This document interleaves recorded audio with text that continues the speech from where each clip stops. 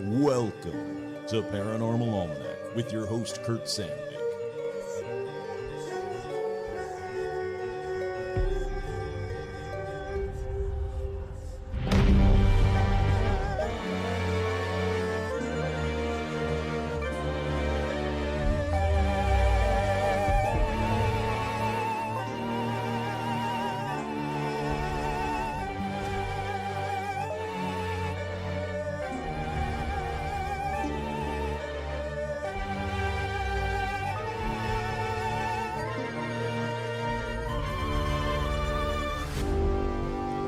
Hey, howdy, hi. That's right. I'm your host, Kurt Sandvik, and on this edition of Paranormal Almanac, let's do some good old-fashioned ghost stories. That's right.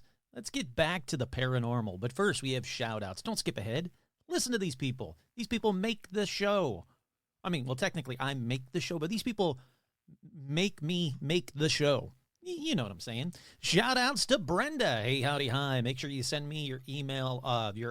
Make sure you email me is what I'm trying to say. Your size and style of shirt that you would like from TeePublic, because you are a top tier patron. Richard. Hey, howdy, hi. Logan, Lori. Again, same thing. Send me an email. Size, you know what I'm saying. Alec, Roger Funk, Karen Duran, Nikki Loves James, Lori, Alicia, Rebecca, Ann, Stephen Scher, hey, howdy, hi, Jennifer, Heather G, your festive neighborhood skinwalker, Zuzus, what's it, Nico Scher and the Mouse, hey, howdy, hi, Mark and Tina, Tortuga, Mike from Jersey, Jay Bizzle, Andy, Tracy, hey, howdy, hi, come on up, Rum, there we go, Rum's getting in the show early today, Virginia Mailman, Tony the Magician, I want more magic tricks. Jason, Vicky, Crow, Clay, Buzz, Libido Works, Glacier Main, Isabel, Jen, Stacy, Amber, Tracy, Kelly Jo, Menace the Beast, Kick-Ass Magic, Robot Webcomic, Sandy, Paige, Couch, Scott, Andrea, Melody, Vanessa, Marisol, Liam, Becca, Jake, Charlotte and the Beasties, Elizabeth, Sherry, Art Muffin, Tim, Kenneth, Ricky Ricardo. Hey, howdy, hi to Tim for sure. He's going to be on a show coming up. He said he would, so I'm just, I'm going to make it happen. Ricky Ricardo, Alexandra, George, Zozo the Demon, Hayden, Cindy, Ashley Carey, Robin Will, Lauren Russell, Isabel Audra, Dorian Cindy, Paula, Jerry, Jeff T. Joe, Lawrence, Melissa, the Lauren Strawn, hey, howdy, hi, Veronica. Oh, and Lauren, thank you for supporting me for wanting to go to bed early last night. My back's been killing me a lot lately, so by like 6 o'clock last night, I was like, I'm not going to do that. I'm not going to record the episode now. I just want to go to bed. So I put on Facebook, like, how's too early? What is too early to go to bed, basically? And everybody was like, just go to bed, dude. I'm like, okay, thank God. Veronica, Autumn, J. Mark, Manning, Carolyn, eagerly waiting for the 300th episode. Also, send me email, size, style. Yeah, as am I. It's coming up quick. I mean, it's coming up real quick. I've actually started preparing for that. I'll talk about that in a second. Jade Nanashi, Jamie and Elijah Hendrickson, Dan, Laura Pitts, and Gamer Fan. Thank you to every one of you. I seriously, 100%, wholeheartedly cannot thank you enough. Special shout-outs to Joe Teague and a Stitch, as always. And special shout-out to Holden Yeager, again, the amazing composer of this year's Paranormal Almanac theme. There was a lot of people that seemed to like that idea about every year there be another Paranormal Almanac theme. Get to work, people. Start it up. Oh, speaking of the 300th, I'm going to need a 300th episode. I'm going to need a 300 episode theme, please. I'm going to need a theme for the 300th episode. So, paranormalalmanac@gmail.com. Go crazy. I want it to be cinematic. I don't know how long the 300th episode is going to be. I don't think I can double the length of the 200th episode, because that one just about killed me and killed you guys. There wasn't like one person that listened to it in one sitting, as far as I'm aware. From everything I've heard, people were like, yeah, I listened to it in like 17 chunks because it was like 9 hours long. But don't worry. The 300th episode will be longer, but I'm going to break it up. Like maybe part 1, part 2, part 3, part 4. I don't know. It's still, but it is in the works. Like I said, like I was saying in the shout outs. And if you skipped ahead in the shout outs, you just missed me saying some stuff. So stop it. I've already started working on the 300th episode.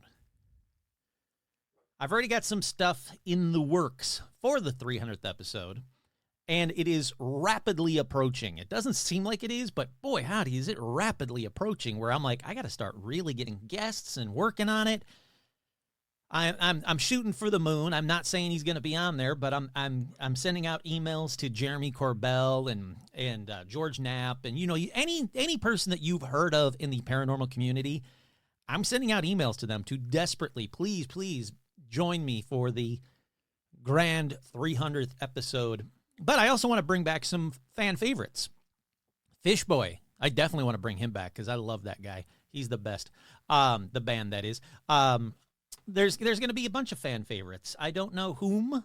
I know that, obviously, Todd and Elijah will probably be on the episode. Well, I'm going to say yes for them. They're going to be on the episode. But there's going to be a bunch of people on the episode. I really want to go back to some previous guests that I've really liked. I've been trying to get Jenny Pugh back on the show, and it's just fizzled out. So hopefully that'll come to be, because I would like that. I'd like Mac to do another tarot reading. I think that would be a lot of fun. But yeah, I don't know. I gotta say, I'm really angry at myself for the predictions episode I did for 2024. I jokingly was gonna throw in, and the Lions are gonna go into the Super Bowl. I swear to God I did, because they were having such a good season. I was like, well, that's a dumb one. They've never been in a Super Bowl yet, and they're doing well enough. They don't need me to jinx it. So I didn't put it on there. And now, what is it? Tomorrow they're in the playoff game or some shit. I don't know. That's sports. But yeah, all I'm saying is that there's stuff that I should have put on there that I would have swept up. I would have blown people's minds had I included everything I wanted to include, but I didn't. So I'm not retconning and saying I did. I'm saying I was going to, but I didn't. So it doesn't count. Let's get right into paranormal news, shall we?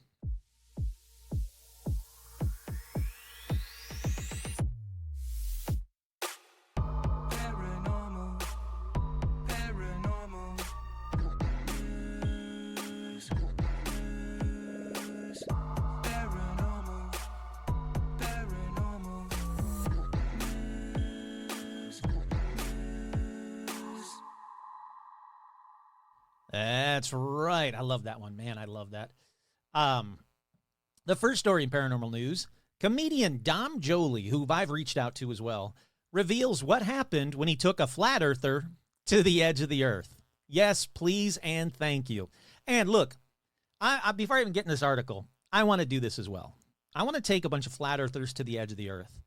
And if they're right, and there is an edge of the earth, I will go, what do you know? You're right. And then I'm going to push them the fuck off the edge of the earth, because I cannot stand flat earthers.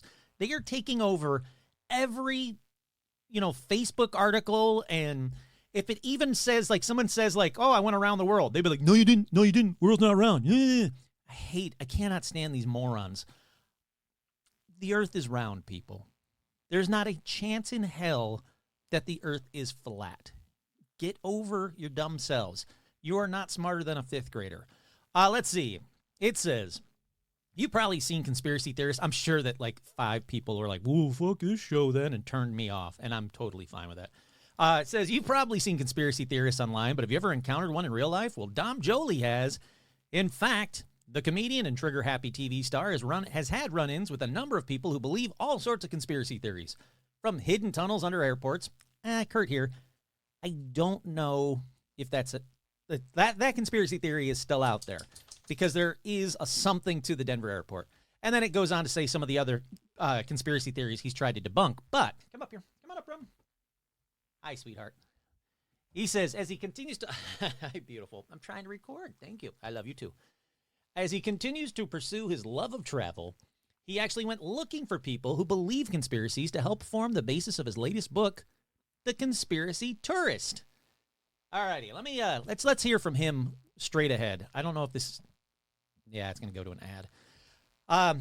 He decided to travel the globe to confront some of the wildest conspiracies out there, telling this website, I think it was mainly due with the lockdown. People went a bit crazy, yep, and went down algorithm rabbit holes, yep, and started to have some really weird ideas. All right, here we go.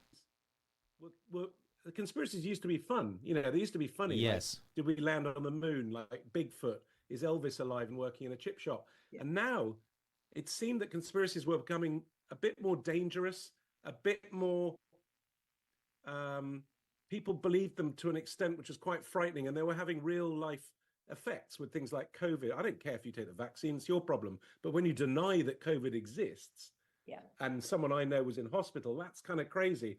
And then people like Donald Trump's spokesperson, Kellyanne Conway, talking about alternative facts. And you go, when did facts become alternative? Like truth became changed. This isn't me. This is him. So part of me thought, this is weird. Like, this is really starting to change the way we think about what's real and what isn't. But more importantly, because all these things were online, I was thinking, are these people just doing it for clicks? Yeah. Or do they really believe it? So what I really wanted to do writing the book was meet people, look them in the eye and go, come on, tell me you think the earth is flat. Yeah. And they did. I don't want to sound like an elitist lizard, but I've met a lot of people in power, politicians, important people. And, overall, they're not massively impressive people. They can't even run a parking system or get the trains to run on time. So the idea that they're running some sort of satanic global tunnel conspiracy, I don't know. I mean, maybe I'm completely naive, but I'm not. I think the weirdest one just has to be flat Earth, because it's so crazy. It just literally, I could just get a flat earther. I fly a hot air balloon. Let's just get in my hot air balloon, go up, and we'll solve it. But that they wouldn't agree with that. And I ended up taking not a round flat earther, a square flat earther, who believe there are four corners of the earth. Right. And one of those is an island called Fogo in Newfoundland. So I took one of them on a road trip to the edge of the earth. And we looked off this cliff and there was no drop.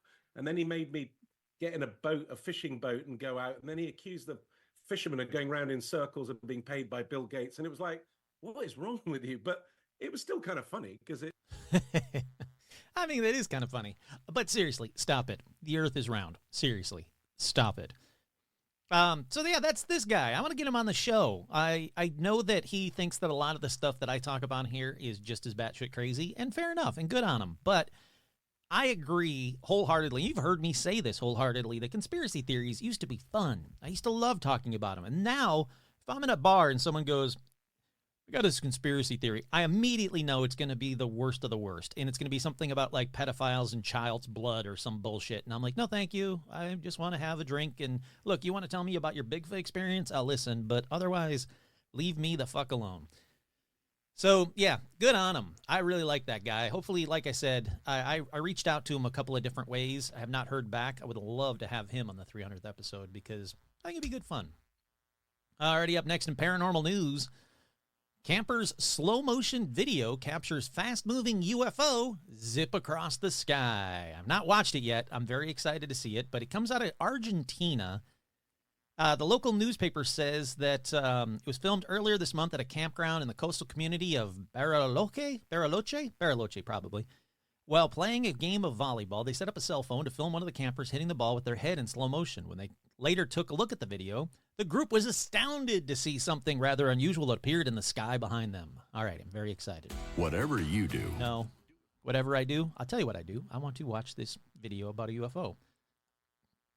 There we go. All righty. Slow motion video. Guy. Oh, shit. Hold on. I got to rewind that. All right, so it's interesting. It's only like 9 seconds into the video, not even 5 seconds into the video. Yeah, they're not wrong. There's a very, very slow motion video of a guy trying to, like attempting to jump up and hit the ball with his head, and something books past him, like real fast, to the point where how fast was this thing going in full speed? I don't know what to think of this one, but it is intriguing. It's not a bird. The bird wouldn't be flying that fast. So what do you think of this video? That's right. Posting it right now to the Facebook fan page. Interesting. I don't know what to think of it, but I do know that I'm going to keep moving on because time's a burning here. So up next in paranormal news, the latest Loch Ness Monster sighting. Not a monster. Spoiler, it's not the color you think it is. I think it's brown. All right, let's see what this says. Jared Strong was close to the castle on the banks of the loch near Inverness, Scotland, when he says he spotted the mysterious monster. Kurt, you're not a monster. However, although being surprised at the sight of old Nessie, he reveals the thing that shocked him the most. It wasn't green. It's not green. It's like brown. He said, I was near the castle with my family about 1 p.m. when I noticed a little movement in the water. Then the water started to move a bit more, and a long shape came out of the water. It wasn't the green, which I thought it would be. It was more of a dark gray color. Yeah, I could see that. Then it quickly went away again. But as it was going back under the water, I could see a longer body. This sighting lasted about 4 to 5 seconds as the creature was spotted right in the middle of the loch, but it all happened so quickly he was unable to take a photo. The incident has been reported to the official Loch Ness Monster Sightings Register, which Owen O'Fadigan should be the president of at this point. And it's been the register is managed by Nessie expert Gary Campbell, who, Kurt here, I still apologize profusely. I asked him to please be on the show.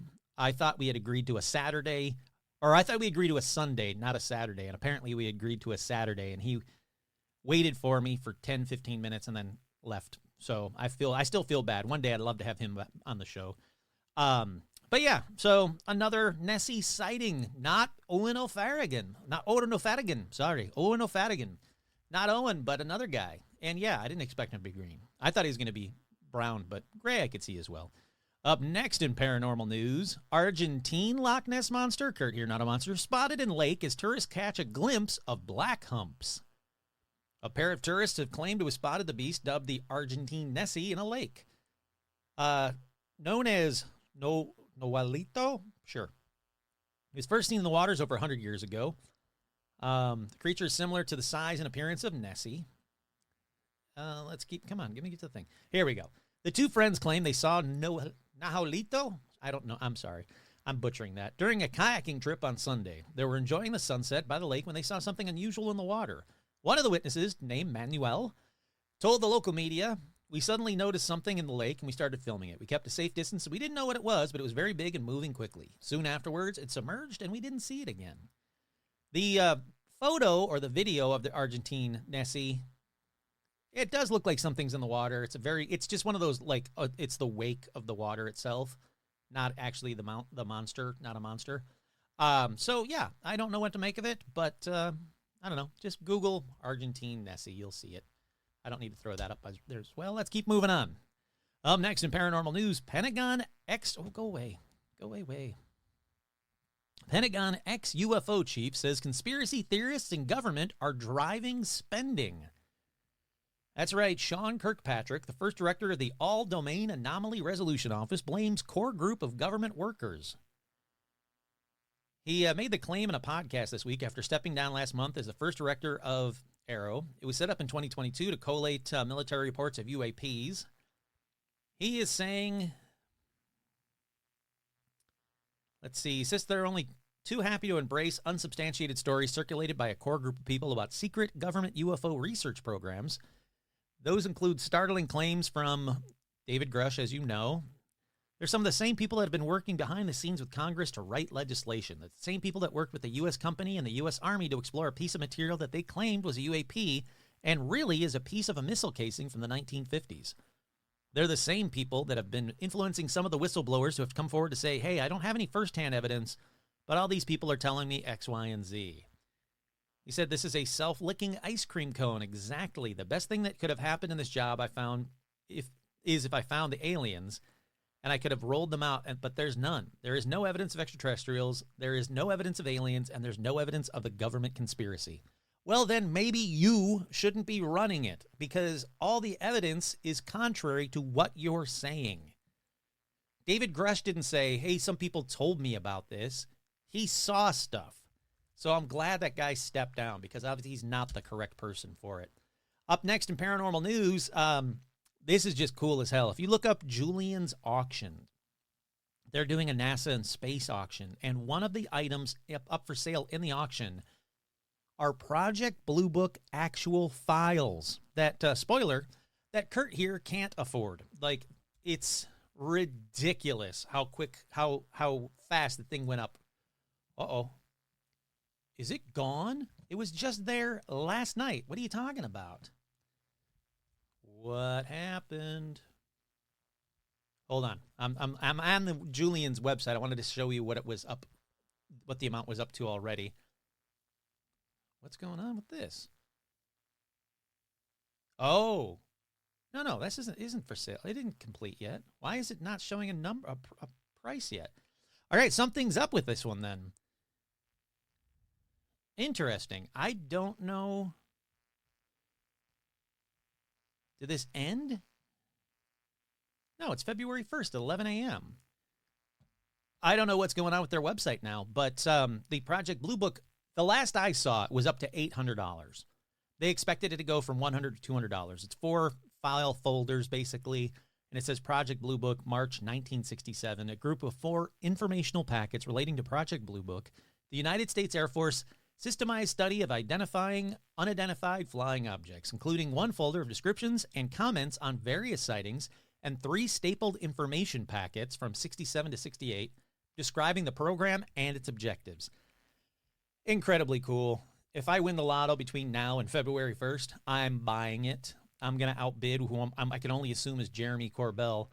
But yeah, you can just look up the Julian's auction, and you can find it pretty quick in the search. Just type in Project Blue Book. But right now, there's no amount. So there's something up with their website. But it was last I saw, I think it was up to $800. But still, incredibly cool.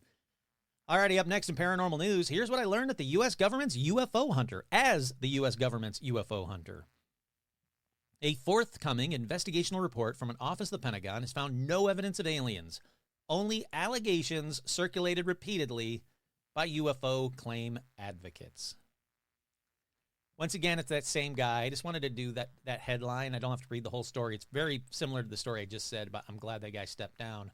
But he is going everywhere saying flat out, there is no evidence of UFOs, which is, like I said, completely contrary to everything that everybody else has been saying. So, the government for you. Up next, Bigfoot, Sasquatch? Nope, probably just a black bear, unless you live in Florida.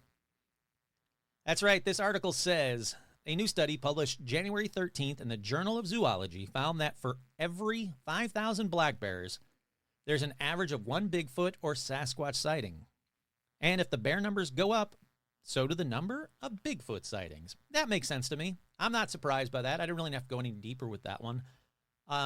Yeah. You ever seen a black bear stand up? They're huge. I can see why some people think that they're seeing a Sasquatch when they're seeing a bear, a black bear. But not in Florida, because there are no black bears in Florida. Alrighty, up next.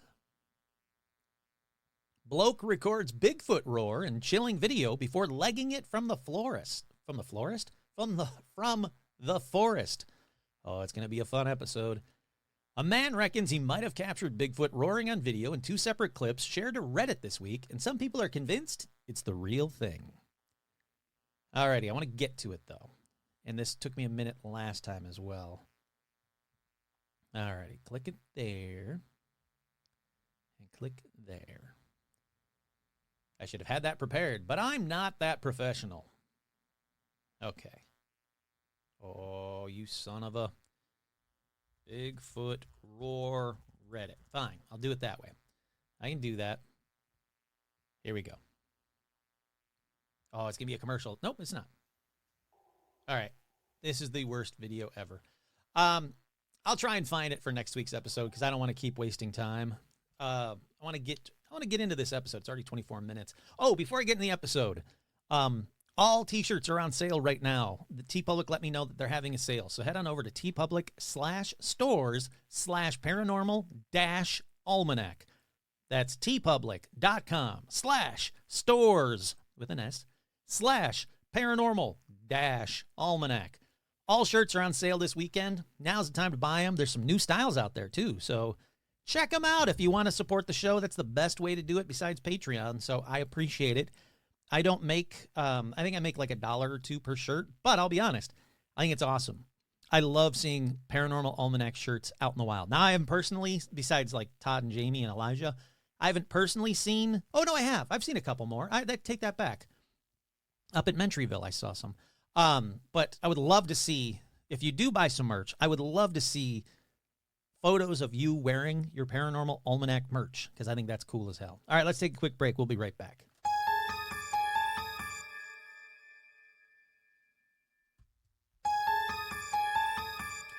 We are back. Kurt here. I'm going to be honest with you. This was a tough one.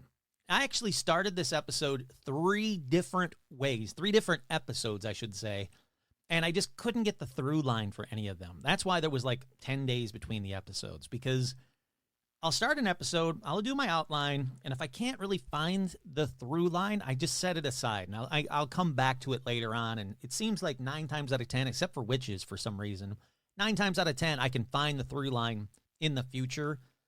But I did it for 3 episodes. I was like, oh, I'll do an episode about this. No, I can't really. It's not grabbing me. Like, that's the other thing. If as I'm researching the episode, if I'm getting bored and I'm like shopping on Amazon or looking at houses I can't afford on Zillow, I go, okay, this isn't the time for this episode. So I'll put it aside and I'll come back to it later. So I went to this one. I went to one that I know that I'm going to love doing. I love researching these. It's the old standby classic ghost stories, but my favorite kind of ghost stories, the ones that have been written about in old newspapers. I love that. There's nothing better to me than going through old newspapers on newspaper.com and finding ghost stories and Bigfoot stories and paranormal stories and cryptid stories. I love that in the olden days, the newspapers wrote about ghost stories all year long instead of just like October, like nowadays. Unless it's insanely crazy cool story or Nessie or Bigfoot, for the most part, newspapers don't write about that stuff anymore. And it's a bummer because I don't care who you are. Ghost stories have always been the way that people pass the time. You know what I mean? Like, they connected with others because, well, you know, just about everyone has a ghost story. It's the perfect way to share. Like I was talking about, you know, like when I'm hanging out at the bar and I'm wearing my cryptid patched jacket. People will always be like, "Oh, that's a cool jacket, man." I'm like, "Oh, thanks, appreciate it, man." And they're like, "Hey, I saw a ghost a long time ago," or "My grandma told me about a ghost a long time ago." Like, people that don't even like to talk to strangers come up to me in bars to tell me Bigfoot stories or ghost stories. And like I said, it might not even be their story. It might be their parents or their grandparents. The last one was at a bar in Highland Park. I was going to see a band called the Middle-Aged Dad Jam Band, sorry. Fantastic band, by the way. Middle-Aged Dad Jam Band. Go see them if they come to your town. You'll enjoy the hell out of the show. But I was at a bar waiting for the show to start. I got there early, and it was like across the street, and this guy saw my patches, and he was like, "Oh, that's a cool jacket, man." I was like, "Hey, thanks, man." He's like, you know, I got stabbed and I died on the table at the hospital, and I had a near-death experience. And I was like, holy shit, tell me all about it. And it turns out that he works at the hospital as a nurse or something like that. He works at the hospital, and he sees weird shit there all the time, like black shadows and everything. Every hospital seems to be haunted. And he said, yeah, this one was, you know, seriously haunted. But he got stabbed by a rival gang member. He was a gang member when he was a kid or younger. He was still pretty much a kid, but when he was younger, he was a gang member. And that he died, he flatlined on the table, and he said that, you know, the same thing, he could see above himself, and he could see the doctors working on him. And then he was saying that he saw the light. He didn't see any relatives or anything like that, but he was like, he just knew, like, yep, I got to go there. So he started to move towards the light, and that's where this thing stopped and, like, basically stepped in front of him as he was moving towards the light. This shadow stepped in front of him and pushed him back into his body. And he got out of, you know, thankfully, he stopped being a gang member and got his life together, became a nurse. And yeah, it's crazy cool. I love that kind of stuff. But that's what I mean. Like, no matter who you are, you're going to have a ghost story. Like I said, either you or your parents or your grandparents, somebody has told you a story about something weird they can't explain. And it usually starts with like, I don't believe in ghosts. And then they tell you the fucked up, craziest ghost story. But for this one, let's go back to 1929 from the Salt Lake Telegram in Utah. It's actually to the fall of 1929 when a group of boys in Provo, Utah were walking when a ghost popped out from behind the bushes. Look, Kurt here. Michael Myers, yeah, he'll pop out from behind bushes. but never a ghost. I've never heard a story where a ghost pops out from behind a bush. Like ghost coming through a bush, like, like reverse Homer Simpson. Sure, I could see that. But popping out from behind a bush? Anyhow. So yeah, this ghost pops out from behind the bushes, and to, I think, everyone's surprise, the kids just start chucking rocks at it. Just start whipping rocks at it. Now, they said the rocks did not harm the phantom.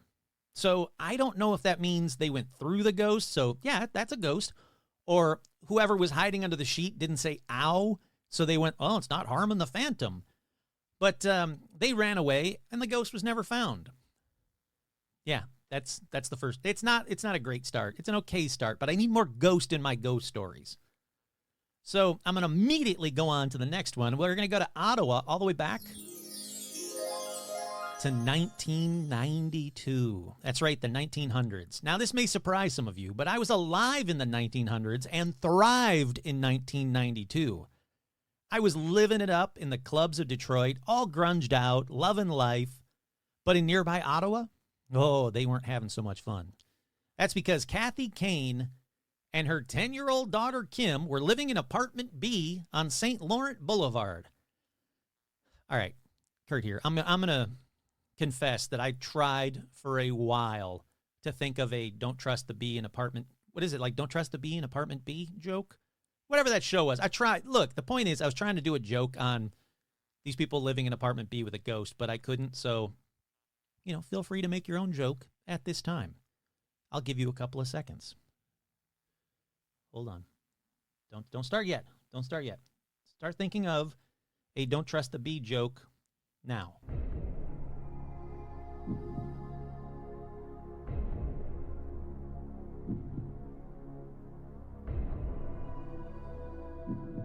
Okay.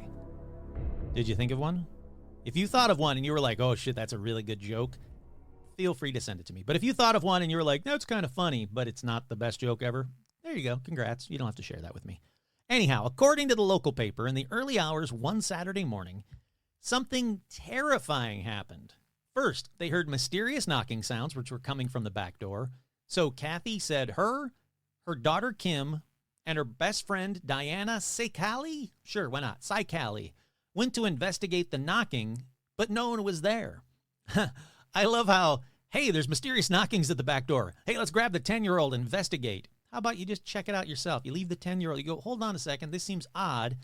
I'm going to go grab a bat and I'm going to walk to the back door. Anyhow, then, even though no one was there, the knocking turned to banging.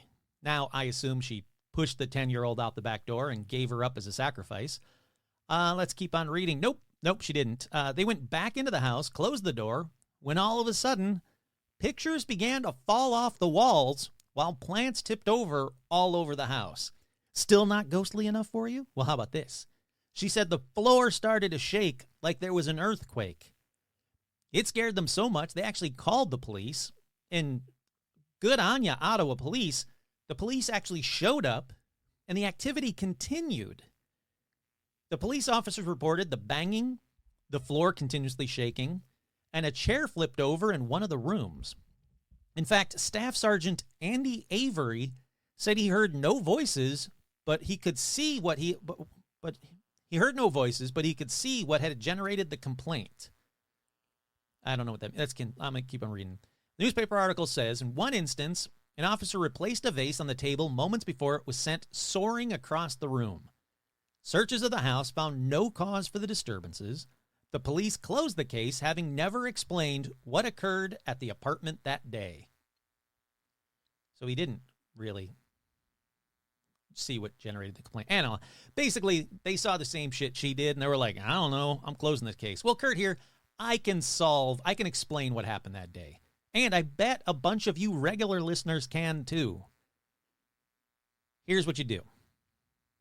Let me go back to the very beginning of this.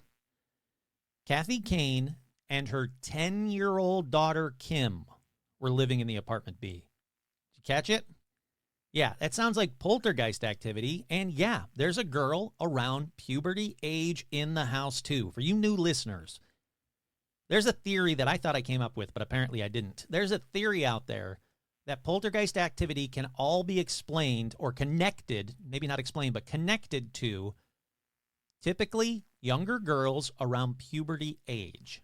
There's something that happens around the puberty age where if they have some kind of, I don't know, psychic connection, or there's some kind of paranormal connection around that age where when the hormones start flaring up, so do poltergeist activity. So that's what it sounds like again on this one. This is just another one, another checkbox of, yep, 10-year-old girl around puberty age, they have poltergeist activity. They all seem to be connected to young girls around puberty age. Anyhow, Kathy and her daughter promptly moved out of the apartment, saying they would never set foot in there again. Here, let me actually read a couple of snippets from the actual article because it's a really cool article. Woman flees haunted house, the Ottawa Citizen, Sunday, June 14th, 1992. Police can't explain what rocked apartment early Saturday morning. They couldn't stop laughing about it over at the Bristol's bar. After all, it's not every day a ghost comes next door to visit. But when Kathy Kane's bones stopped rattling, she didn't think it was funny at all. Unexplained sounds, flying furniture, and trembling walls are not her idea of a good time. I'm not going to go back. If I go back there and it happens again, ... So they say that nobody really knows what happened on 315 St. Laurent Boulevard at 5 o'clock Saturday morning. The cops were stymied. Her landlord can't figure it out. The tombstones at the Beechwood Cemetery across the street aren't saying a word. Ha, ha, ha. And then it goes on to say, it continues on to be like, it seems like it was a poltergeist. Astrologers are calling it a poltergeist. Banging, shaking, possibly a chair flipping over. There are no voices, no goblins. We're not Ghostbusters, said Staff Sergeant Andy Avery. The officer searched high and low, but there was no final determination as to what caused the disturbance. But it took astrologers Marguerite Day and Walter Masters less than 60 seconds to identify the cause. It's obvious this is poltergeist activity. Maybe not very destructive, but very annoying. It is obvious, but I wouldn't, you can't just walk in there in 60 seconds and go, I solved it. No, you don't. It's a good theory. It's the same theory I have. And I pretty much agree with you, but no, you didn't solve it. All righty, for this next one, let's go back to 1904. Kurt here. I was not alive in 1904, thankfully. My back hurts enough as it is. We go back to the May 2nd, 1904, or April 22nd, 1904, because I found both articles. And also back to Salt Lake Tribune. That's right. That's when a Murray man said he encountered a ghost on his way to visit the home of a special lady friend. Ooh la la. Worried he'd be late. Kurt here, the dude was thinking with his dick. He took a shortcut across the cemetery. That's right. He did a shortcut through a cemetery at night because he was running late for his special lady friend. And that, rightfully so, is when he saw a sight that, quote, made his blood run cold. There he reported seeing an apparition of a snow-white child, about 3 to 4 years old, rise from the ground and above a tombstone. As he stared, the kid disappeared back into the ground, which, is very convenient. So he did the smart thing and he ran as fast as he could, I assume over towards his special lady friend's house. And he said the ghost appeared to the man 2 more times, rising up. He would freeze and watch it, then it would go back into the ground before vanishing for good. He told his special lady friend, and when they were done being special friends, he told the whole fucking town. He started coming out at night, or they all started coming out at night, hoping to see the ghost for themselves. But sadly, the little girl Snow White ghost never appeared again. Now, there was a quick turnabout in this story because it was possibly debunked until the debunk was debunked. I kept finding more articles connected to it, basically. So the Tribune report, it stated that the cemetery sexton, Robert Wright, said he was digging a grave that Wednesday night that needed to be ready the next morning, April 28th. The grave was half dug, Kurt here, that's 3 feet down, when he heard a noise, so he raised his head and looked around. It was dark. He couldn't see anything. He went back to digging. Now, he said this happened 2 more times, and on the 3rd time, he saw a man running down the path as hard as he could. Yeah, sounds debunked, right? Until you kind of take it apart. He's 3 feet down. If the guy's 6 feet tall, 3 feet would have popped up. Okay, that's about child size, 3 to 4 year old child size. I get that. But this guy said he saw a Snow White girl ghost, about 3 to 4 years old, rise from the ground and above a tombstone. So I checked. They were regular tombstones. They weren't the little grave markers that are flat on the ground. They're full-size tombstones. Full-size tombstone is about 1 to 2 feet tall minimum. 3 feet down, adding another 2 feet, that's 5 feet down. Unless this guy was 7 or 8 feet tall, it doesn't make sense. Then, a few days later, the Desert News took issue with the Tribune's reporting, stating that they investigated the claim and Sexton Wright was, quote, not digging a grave that night, and no one was working on graves that night at all. Plus, they kind of said the same thing, that some random dude popping his head up looking around doesn't look anything like a little girl ghost. And if the guy saw her rise up and then go back down and then walked a bit and then she did it again, you think it would be some dude's head he was seeing again and again? He said he walked, froze, saw the little girl ghost. She went back in the ground. He walked some more, saw the little girl ghost. Was he walking towards her? No. It sounds like he was continually walking away and she kept popping out of the ground. So I'm guessing dead girl ghost 1 and that guy getting some that night 0. That's right. I doubt if his blood ran cold, he was still frisky for his special lady friend. Anyhow, moving on.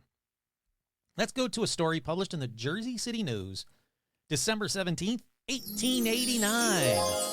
Wow, that's loud. Why did that get so loud? I don't know.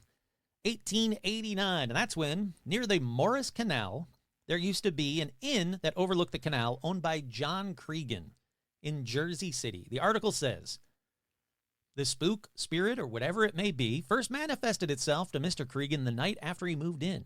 It's been paying nightly visits ever since. So it wrote that on Saturday night, John had closed the inn, went to bed with his family, he said. They were fast asleep when a battering at the door woke up the entire household. John hurried down the stairs to find, nope, not a ghost, but he found a young guy named Denny Brown who was looking terrified. Denny was banging on the door, begging to be let in, so John lets him in because he was a regular customer. And he's saying that he needs to get up early for work, so John just goes, yeah, come on in. Fuck it, I'm going to bed. And he had his wife come down to help Denny. So, that checks out for 1889. The article says, after about an hour, Denny was finally overcoming his fear when a loud bang burst from behind the bar, as though all the spooks in creation were juggling the beer kegs and the water and the ale pipes were engaged in a wrestling bout match. I don't know. Mrs. Cregan was more than frightened. So was Denny, but neither had the courage to shout for more company.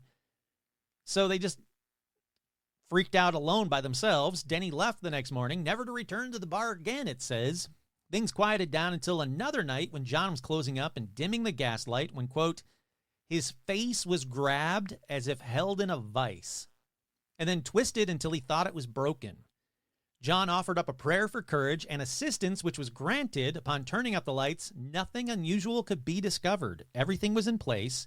John says he would not remain there 5 minutes if he could dispense of his 5-year lease. While the thought of remaining there 4 more years almost makes him gray-headed, he said. The article said that they knew who the ghost was, though. They identified the ghost as a woman known as Scotch Mag. Scotch Mag, who had died at the location of John's Inn 2 years ago. She had died without anyone to attend her burial.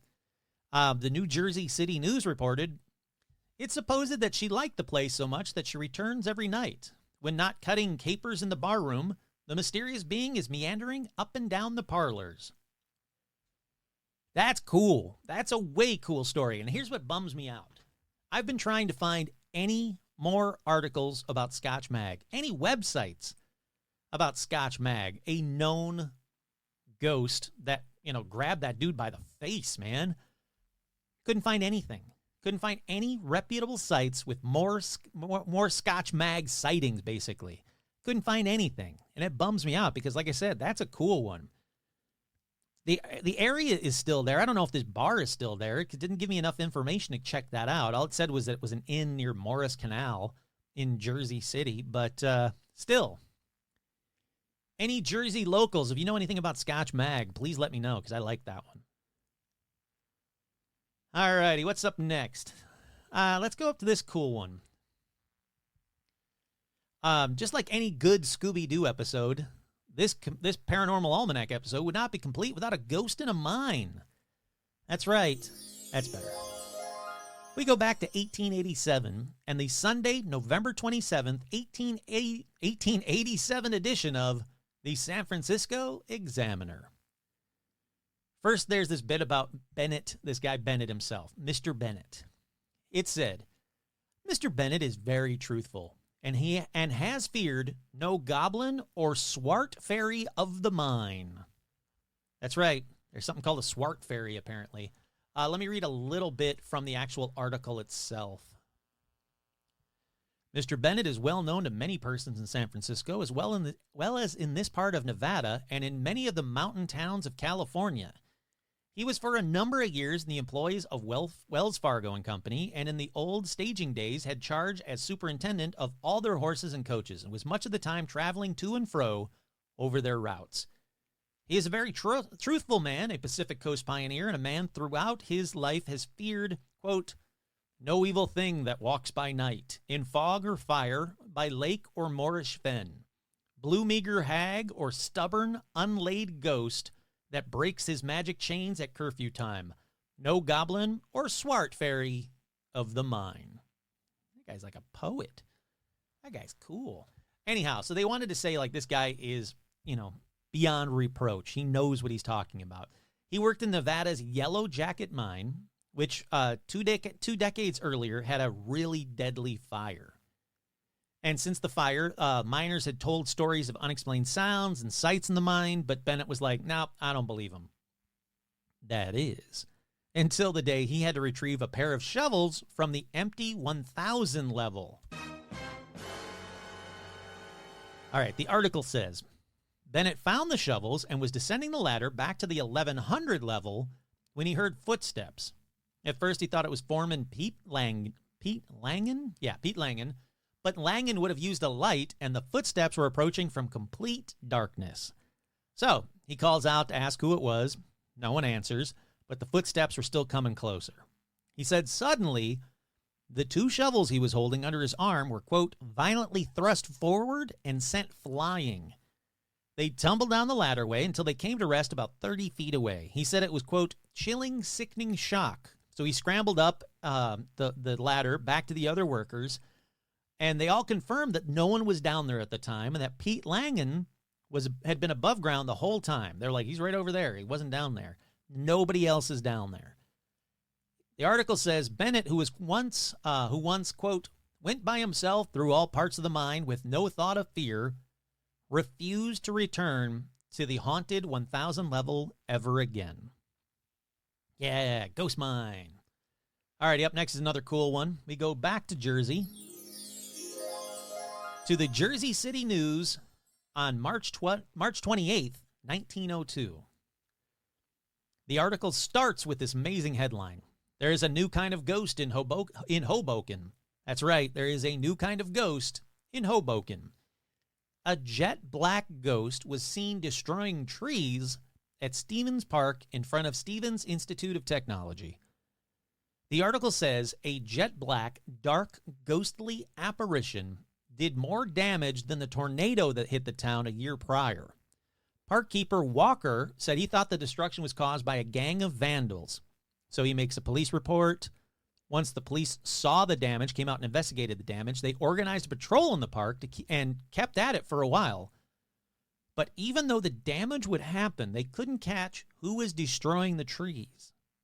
So Parkkeeper Walker decided to keep watch for himself as they were patrolling the other part of the park, and said that one night he saw a figure in all black strip a young tree of all its branches in seconds. He yelled for the police, who saw it too. They all chased the figure, but they said it disappeared straight into the night. After that incident, the ghost of Hoboken was never seen again. Now, Could it be a vandal? I guess, but you ever try to strip a tree of its branches? That's like, you can't do that in a second. So I really don't think that was just some guy dressed all in black that just hated trees in Hoboken for some reason. I don't know. All righty, up next is another Scooby-Doo type ghost. This one was published in the Jersey City News again, and on February 10th, 1894. It was a place called Mitchell Saloon. It was a local watering hole where nearby, basically only a few blocks away, the ships would come in and the people on those ships would come to this Mitchell Saloon to drink, as you do. So the Jersey City News wrote, the first appearance of this ghost ship was made last Saturday night. All right, hold on. Kurt here. They don't mean like a ghost ship, like a pirate ship or something like that. It's some sort of old-timey slang like, his lordship, but his ghost ship. So basically they meant the first appearance of this ghost was made last Saturday night. That took me a little bit of a while to figure out because I was like, they never mention a ghost ship. What the hell are you talking about? They said that the ghost made an appearance in a room at the rear of James Mitchell Saloon at McAdoo and Bergen Avenues. So if you live in Jersey City, you can go to McAdoo and Bergen Avenues. There used to be an old saloon there with a ghost. The ghost is supposed to be that of August Loby, who committed suicide on Saturday afternoon by hanging himself in a woodshed at the rear of his residence on Terhune Avenue. That's still there, too. The back room was a gambling area, card games, like Kenny Rogers gambler type stuff. And there was a bell there, so the players could, ring the bell whenever they needed bar service, so they can kind of close it off from the rest of the bar. On that Saturday, customers were discussing August's suicide when the bell of the back room, quote, began to ring frantically. James, knowing no one was back there, goes back there and, yeah, it's empty. There was no one back there. He knows it. He said all the windows were locked, so he goes back to the bar, but said he continued to feel uneasy. One of the regulars at the bar asked him what he'd seen in the back room, and as he was about to say there was nothing back there, he said just as James opened his mouth, a scary commotion was heard in the rear of the saloon. So this time, all of the customers rushed into the back room, where they found every chair upturned and one table still rocking violently. As soon as the last man entered the room, the chairs stopped. So, a policeman named Phil McGovern was passing by the bar. He heard the commotion inside. He goes in and says, hey, what's the cause of the disturbance? James was like, hey, it's Loby's ghost. And the cop said he would lock them up for the disturbance if they didn't stop fooling around. So James is like, no, we're not lying, I swear. Stick around and see for yourself. And the cop was like, you know what? I'll be outside keeping an eye on this bar. Just knock it off. And they said 1 hour later, the chairs and tables were again knocked down and tossed all over that back room. Again, everyone runs back there, including the cop. The cop confirmed that no one had ever passed by the bar while he was standing just outside. Everyone was sufficiently freaked out and left the bar that night. So James closes early. The next morning, James returns and, yep, the tables and chairs were again overturned. Now, he says that everything was quiet on Sunday, though. But on Monday, quote, the ghost started in to raise hijinks. He said the chairs were upset and the bell was rung repeatedly 3 times throughout the day. But that was the last time this ghost trashed the bar. The Jersey City News, though, reported on Thursday night, Mr. G. Daffeldecker declares that he saw a strange white object on Bergen Avenue near McAdoo. Mr. Daffeldecker was walking along Bergen Avenue, and the object, which had the form of a man, seemed to be walking towards him. He asserts that it came within 20 feet of him and then suddenly disappeared as though the earth had swallowed it up. Other residents claim they had also seen strange objects in the neighborhood, and now timid persons fear to walk there after dark. I don't care who you are. Any story with a guy named Daffeldecker, it deserves to be on this show. That's all I know. That's a cool fucking name. But yeah, another one, like, you know what? How about you stop talking about the guy that sadly committed suicide? Obviously, it's him being like, hey, guys, knock it off. Or, hey, guys, I'm still here. And after a few days, he fades away, goes off into the next world, whatever you do. But that seems to be the thing. Like, people often say, like, they get messages from their loved one right after the funeral or right after the death, and then it's kind of tapers off, whether they no longer have the ability to come over again. Most of them no longer have the ability to come over again. Obviously, there's some ghosts that keep doing the same thing over and over. But still, it's weird to read about these same kind of things written about in the 1800s and the 1900s that are still being seen, or the same types of things are still being seen to this day. Alrighty, this next one. I don't think it's the last one. I think I've got a couple more. Yeah, I got a couple more. So this next one is a bit more recent. It's from 2014 and written about in the local Mitchell, Indiana newspapers and on websites. We go to the West Warren Street in Mitchell, Indiana, to a beautiful Victorian home from the late 1800s, and to its current owner, well, current as of 2014, its current owner, Van Renier. That's right, his name is Van Renier. Van said, I started hearing noises, and I had my mom on the phone until I got my ass out of there. There was no way I was going to stay in here by myself. And apparently it's not just him. Apparently this house is a known haunted house. It's nicknamed Whispers Estate because of, the disembodied voices that whisper in people's ears. And they think they know who the ghost is. They think it's the former owner, Dr. John Gibbons, who they say likes to whisper in their ears and sometimes grabs and gropes them. Uh-oh, pervy ghost time. I got to get like a pervy ghost time alert button, like a noise. Like, pervy ghost time. No. Pervy ghost time. Pervy ghost time. I don't know. I'll figure out something for pervy ghost time. Van said, when you hear footsteps, you pray you're hearing the child's footsteps that we often hear. Their little pitter-patter of feet, maybe about 70 to 80 pounds. However, I'm getting tingly just thinking about this, he says. However, there's another set of footsteps that happens in this house. It's more like loud stomping. It's very heavy, very menacing, and then you feel it. Ew. The other ghost they think they've identified as well, it's Rachel Gibbons, who is the adopted daughter of Dr. John the Perv and his wife, Jessie. She's believed to throw jacks in the home, roll balls in empty rooms or down the hall, and is the source of the lighter footsteps that Van hears to this day.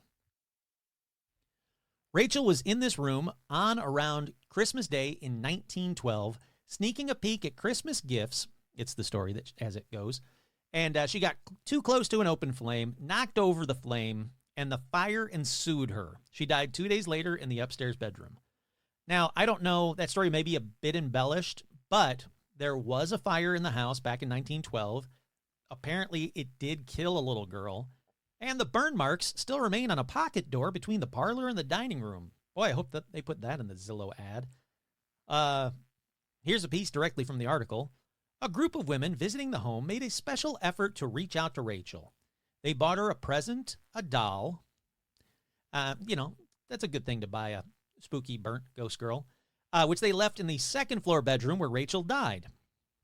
They made themselves at home and began to try and communicate with the little lost soul, it says.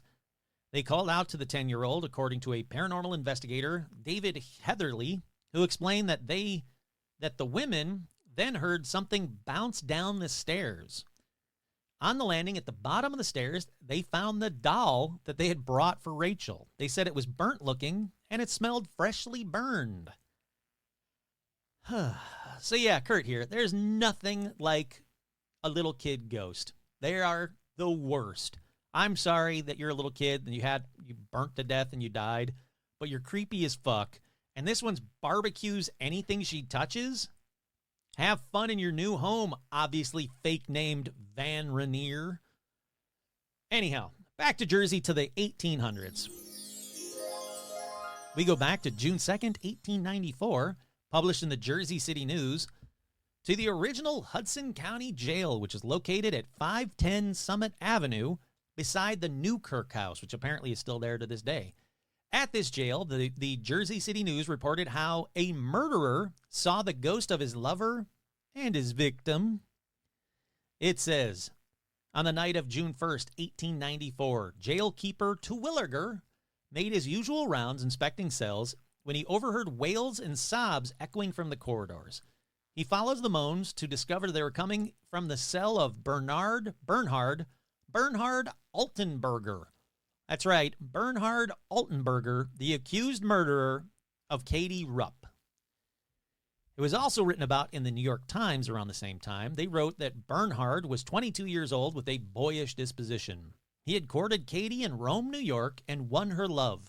Promising to marry her, he, quote, borrowed all her money that she had saved. Ladies, don't do this. Don't ever date a guy named Bernhard, and if he wants to borrow all of your money so he can marry you, he could suck a bag of dicks. Anyhow, it's 1894. They didn't suck bag of dicks back then, I assume. So he convinced her that marriage in Jersey City would be best, and they took up a room on York Street, telling the landlady they intended to be married before that very evening. Bernhard then confessed at his trial he had not intended on killing Katie, but realized he could not support a family. Okay, dickhole, there are other options besides murder. You could just, I don't know, leave her? You already stole her money. You're already an a-hole. Anyhow, the two were walking along Snake Hill in present-day Secaucus when Bernhard shot her. Now, Katie was found mortally wounded the following day and was taken to the Jersey City Hospital. There, she survived just long enough to give the information upon which Bernhard was arrested and, quote, condemned. Good. All right, back to the a-hole. Bernhard's in his cell on the night of June 1st, 1894. The article says Bernhard looked, quote, in great distress, sobbing violently and trembling upon the jail cell floor. A wild stare gleamed from his eye as he crouched down in the corner of the stone cell. Keeper Terwilliger asked what was wrong. Oh, I have seen her. Katie has been here, he says. And he threw himself further back in the corner, turning an appealing face, quote, towards the keeper. It says, she came right up to me, and oh, how she looked. There was blood on her neck and face, and she put one hand on her breast as if in pain. Kurt here, yeah, you shot and killed her, fuckwad. It goes on to say her face was pale, and her eyes looked at me in a sorrowful manner. I did not say a word. I could not, for my tongue seemed to be glued to the roof of my mouth. But I watched every move she made. How she got in the cell, I don't know, but when I first saw her, she was standing near my bunk, and she was looking at me with such a sad and reproachful expression. I tried to say something, but the effort failed me. It seemed to me that Katie stood looking at me a long time, and when finally she did remove her gaze from my face, she glanced about the cell and solemnly pointed her finger towards a wall where I saw in letters of fire the words, justice. I tried to cry out, but couldn't, and Katie, with one more reproachful look at me, faded from view. It was then that I cried out. Then there's a bunch in the article about him being a scared little fuckwad and repentful, but fuck that. Let's skip to the end. Bernhard was hanged in the Hudson County Jail at 10:04 a.m. September 6, 1894, under the direction of Reverend Meary, who attended him to the scaffold.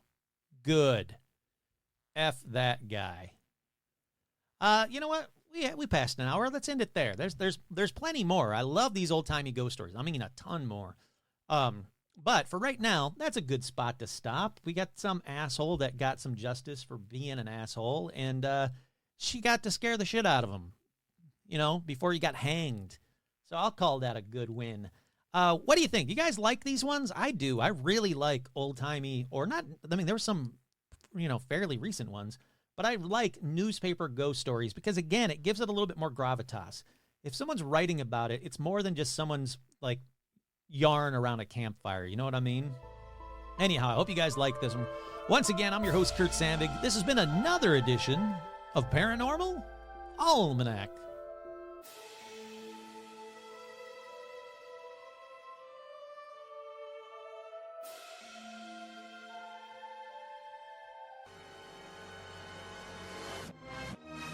Rain the nasty manly rum.